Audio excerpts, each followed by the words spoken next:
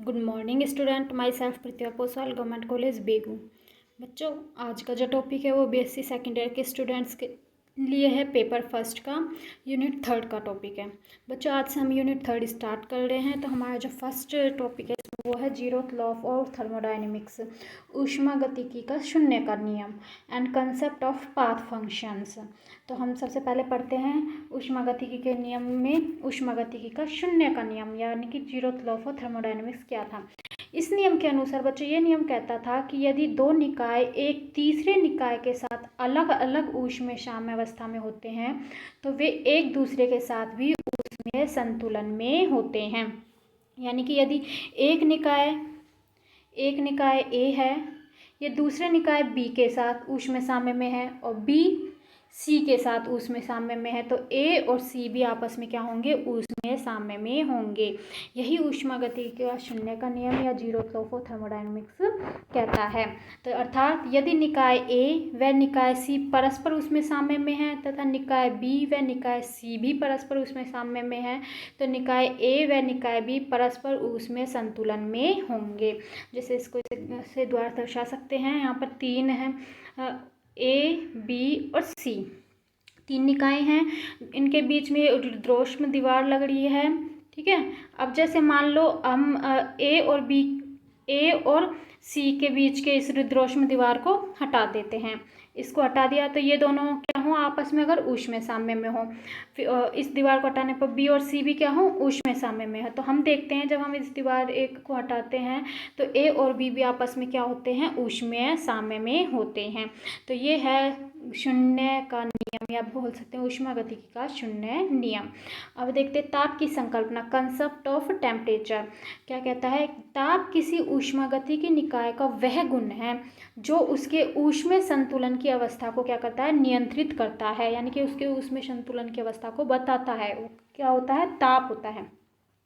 तो यदि दो निकाय परस्पर ऊष्मीय संतुलन में होते हैं तो उनके ताप भी आपस में क्या होते हैं, समान होते हैं। यदि हम कहें ए और बी आपस में क्या है, ऊष्मीय संतुलन में है, तो ए और बी का ताप भी आपस में क्या रहेगा, समान रहेगा। अब नेक्स्ट है मार्ग फलनों की संकल्पना, यानी कि कार्य ऊर्जा तथा ऊष्मीय ऊर्जा। तो concept of path functions, work energy and thermal energy.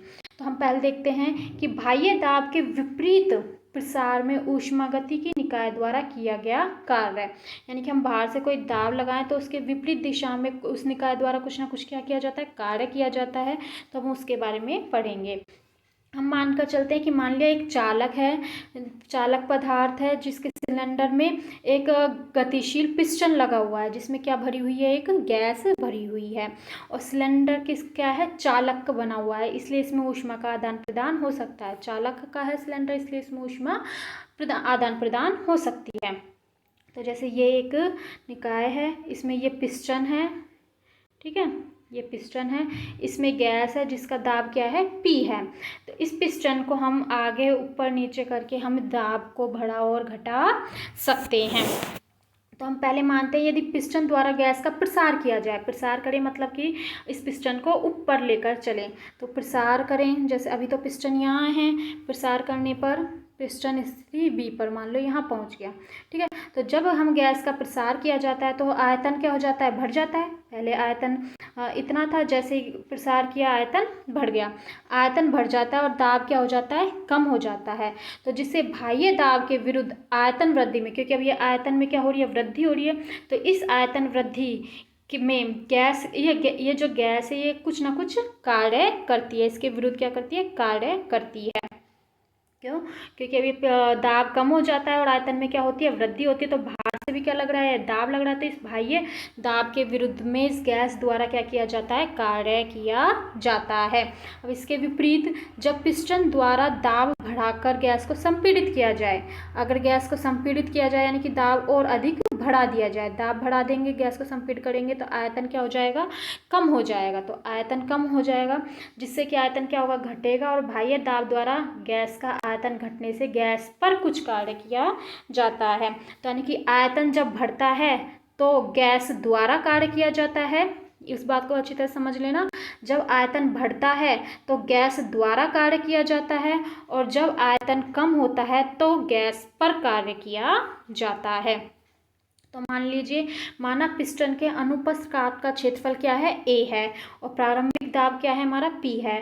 तो गैस द्वारा पिस्टन पर लगने वाला बल, क्योंकि उस दाब के विरुद्ध क्या लगाया जाता है, कार्य किया जाएगा, तो बल भी लगेगा। तो बल बराबर क्या होता है, दाब इंटू क्षेत्रफल। दाब क्या है, P, और क्षेत्रफल क्या है, A, तो यानी कि F इज इक्वल टू क्या होगा, P इंटू A। तो गैस का प्रसार करने पर पिस्टन स्थिति कहाँ से, A से स्थिति B में आ जाता है। हम गैस के प्रसार की बात कर रहे हैं, तो गैस का ए से कहाँ पहुंच जाता है, स्थिति बी, कितना विस्थापन होता है, डेल्टा एक्स।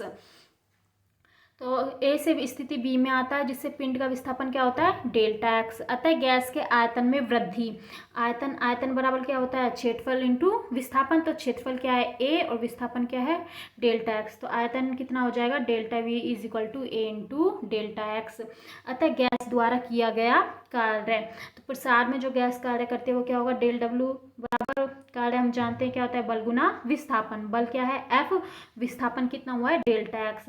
एफ का मान पी इंटू ए निकाला था हमने, और ये डेल्टा एक्स। तो ए इंटू डेल्टा एक्स, ये क्या दर्शाएगा, उसकी आयतन वृद्धि को। तो कार्य जो हो जाएगा डेल डब्ल्यू क्या हो जाएगा, पी इंटू डेल्टा वी। अब यदि दाब पर पी पर यदि दाब P पर गैस का आयतन V1 से कहाँ हो जाता है, बढ़कर V2 हो जाता है, बढ़ गया, क्योंकि पहले दाब मान लो ये था V1, ठीक है, फिर बाद में इसका प्रसार किया तो आयतन में वृद्धि हो गई, और दाब आयतन क्या हो गया, V2। तो यदि दाब P पर गैस का आयतन V1 से V2 हो जाता है, तो गैस द्वारा किया गया कार्य W बराबर क्या होगा, V1 to V2 P dV। यदि गैस के आयतन डेल्टा वी में कमी होती है, तो ये तो वृद्धि पर, लेकिन यदि कमी होती है तो गैस पर किया गया कार्य डेल डब्ल्यू इक्वल टू क्या हो जाएगा, minus P into D V. तो यानी कि वृद्धि को plus P into D V delta V से, और कमी को minus P into delta V से दर्शाया जाता है।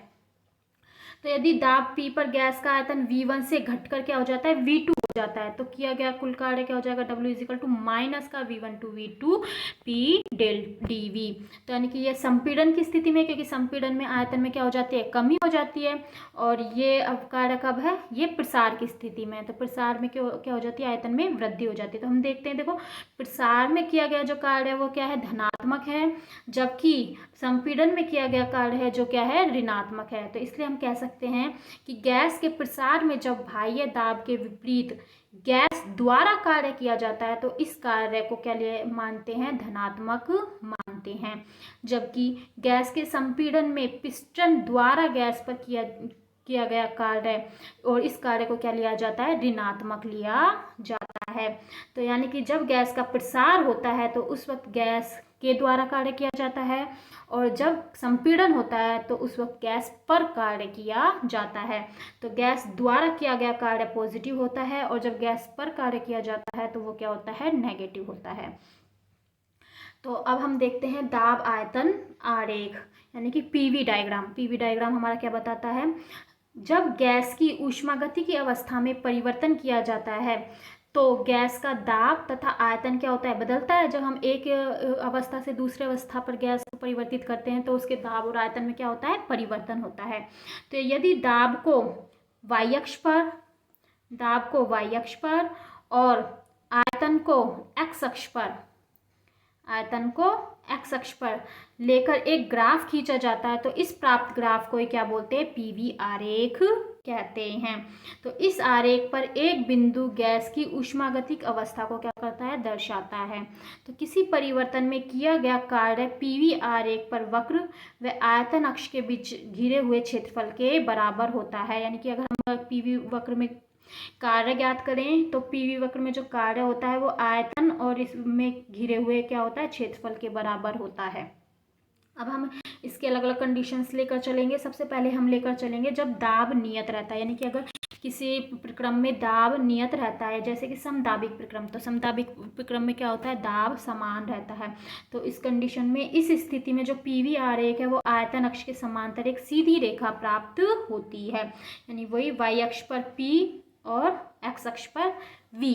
तो ये हो गया पीवी आरेख। तो जब दाब नियत रहता है तो एक सीधी रेखा हमें प्राप्त होती है, इस प्रकार से समांतर प्राप्त होती है। यानी कि आयतन का मान तो बढ़ता है, V1 से कहाँ हो गया, V2, लेकिन दाब क्या रहता है, समान बना रहता है, P नियत रहता है। तो गैस के आयतन V1 से V2 तक प्रसार में गैस द्वारा किया गया कार्य। प्रसार हुआ, पहले V1 था, बाद में वृद्धि हुई आयतन की, V2 हो गया, यानी कि प्रसार हुआ। तो किया गया कार्य W इजिकल टू हो जाएगा V1 to V2 P dV। यदि दाब नियत है, हम दाब नियत लेकर चल रहे हैं तो P बाहर हो जाएगा और dV का क्या हो जाएगा V इंटू V1 से V2 लिमिट। तो पहले अपर लिमिट फिर लोअर लिमिट, तो W हमारा क्या आएगा P V2 माइनस V1। और सरल रेखा AB द्वारा आयतन अक्ष पर V1 व V2 के बीच का घिरा क्षेत्रफल है।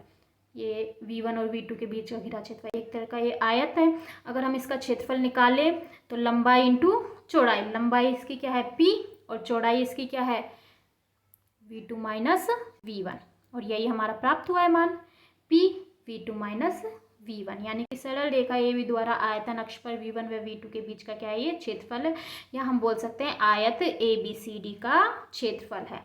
ये आयत ABCD का क्षेत्रफल है।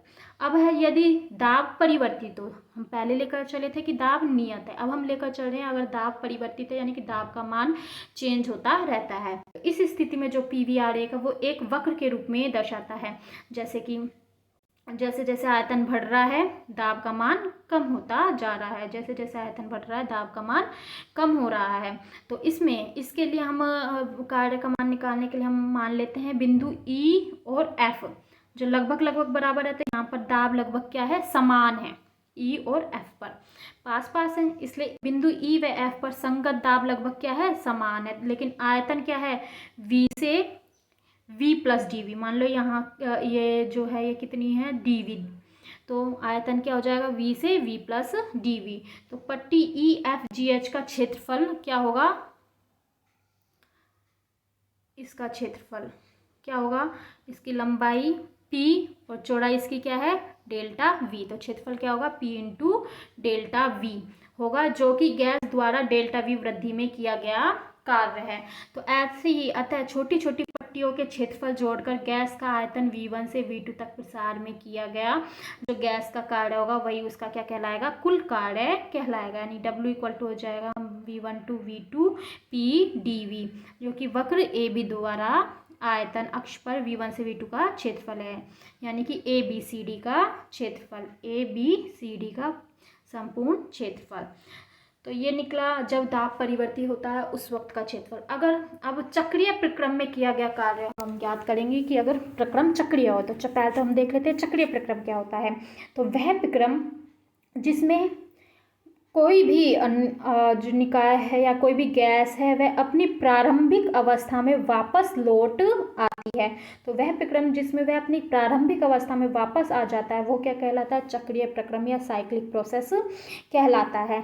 जैसे कोई भी गैस है ये एक स्थिति से है, जैसे जैसे आयतन बढ़ता गया दाब का मान कम होता गया, फिर वापस से आयतन का मान कम होता गया तो दाब का मान बढ़ता गया, यानी कि जिस स्थिति से चली उसी स्थिति पर वापस आ गई। तो इस प्रकार के प्रक्रम को क्या बोलते हैं चक्रीय प्रक्रम कहते हैं।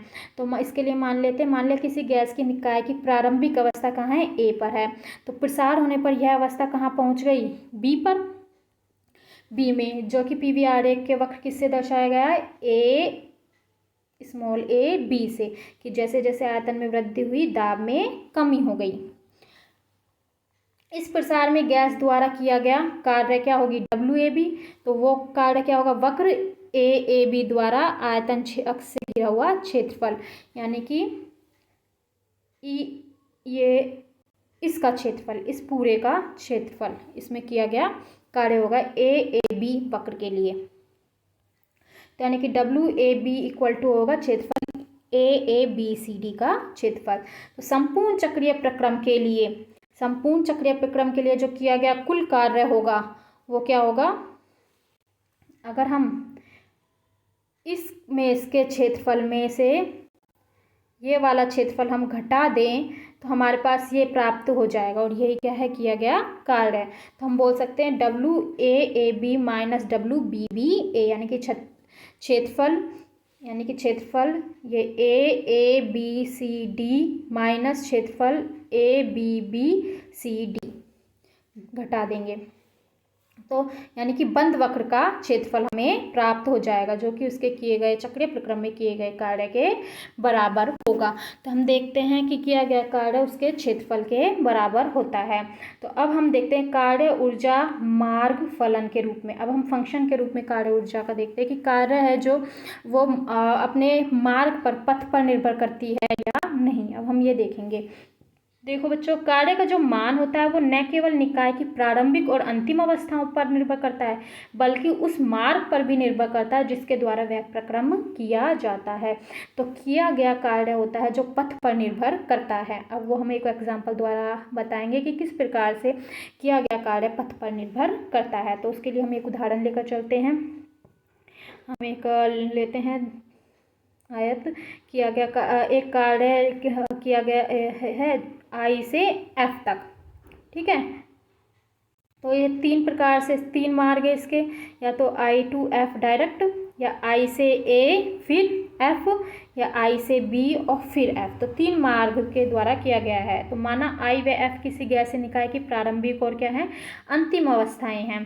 तो इन अवस्थाओं के बीच परिवर्तन के भाग तीन भाग है, या तो आई ए एफ मार्ग, या आई बी एफ मार्ग, और या फिर डायरेक्ट आई एफ मार्ग। यानी कि या तो आई ए एफ मार्ग, या आई बी एफ मार्ग, या फिर डायरेक्ट आई एफ मार्ग। तो तीन मार्गों से किया कार्य किया जा सकता है। हम देखेंगे कि तीनों मार्गों के द्वारा किया गया कार्य समान है या अलग अलग है। यदि हम तीनों मार्गों द्वारा किया गया कार्य समान होगा तो हम कह सकते हैं कि कार्य मार्ग पर डिपेंड नहीं करता। लेकिन यदि तीनों मार्गों द्वारा किया गया कार्य हमें अलग अलग प्राप्त होता है तो हम कह सकते हैं कि जो कार्य है वो मार्ग पर डिपेंड करता है। तो सबसे पहले हम लेकर चलेंगे आई एफ मार्ग, यानी आई एफ मार्ग में गैस द्वारा किया गया कार्य। तो W1, तो W1 क्या हो जाएगा, आई एफ मार्ग में किया गया कार्य क्या होगा, इसका CAFD, इसका क्षेत्रफल तो हो जाएगा, यानी कि आयत AFCD का DC का क्षेत्रफल, आयत AFDC का क्षेत्रफल। और इसका क्षेत्रफल क्या होगा, यहाँ तक ये लंबाई कितनी है P1, तो यानी कि P1 इंटू, और ये चौड़ाई कितनी है V2 माइनस V1। तो यानी कि इसका मान आएगा P1, W1 का मान P1 V2 माइनस V1। अब हम देखते हैं IBF मार्ग। IBF मार्ग का क्षेत्रफल क्या होगा, IBF मार्ग का क्षेत्रफल ये होगा, यानी कि ये IBDC, और इसका क्षेत्रफल क्या है, लंबाई कितनी है P2 और चौड़ाई कितनी है V2 माइनस V1। तो यानी कि ये कार्य किया गया, इसका कार्य W2 का मान क्या होगा P2 V2 माइनस V1। तो हम देखते हैं कि W1 का मान W2 से क्या है, अधिक है। अतः IAF मार्ग में किया गया कार्य IBF मार्ग में किए गए कार्य से अधिक प्राप्त होता है, यानी कि दोनों मार्गों द्वारा प्राप्त किया गया कार्य समान नहीं है। तो हम कह सकते हैं कि जो कार्य है वो मार्ग पर डिपेंड करता है। इस प्रकार से IF मार्ग में क्षेत्रफल द्वारा, गैस द्वारा किया गया जो कार्य होगा वो क्या होगा, क्षेत्रफल IFDC, यानी कि क्षेत्रफल ये IFDC, इसे क्षेत्रफल होगा, यानी कि जिसमें एक तो त्रिभुज है और एक आयत है। तो हम देखते हैं तीनों ही मार्गों द्वारा जो किया गया जो कार्य है वो क्या है, अलग अलग प्राप्त होता है। अतः हम कह सकते हैं कि निकाय द्वारा जो किया गया कार्य है वो उसके अपनाए गए मार्ग पर निर्भर करता है। तो यानी कि किया गया कार्य मार्ग पर डिपेंड करता है। तो ये आज हमारी कंप्लीट हो गई है आज का टॉपिक। तो आज हमने इसमें पढ़ा जीरोथ लॉ, ताप की संकल्पना और इसके साथ ही कार्य के फंक्शंस। उम्मीद करती हूँ बच्चों आप लोगों को समझ में आ गया होगा। कोई भी प्रॉब्लम है तो आप व्हाट्सएप के थ्रू पूछ सकते हैं। Thank you.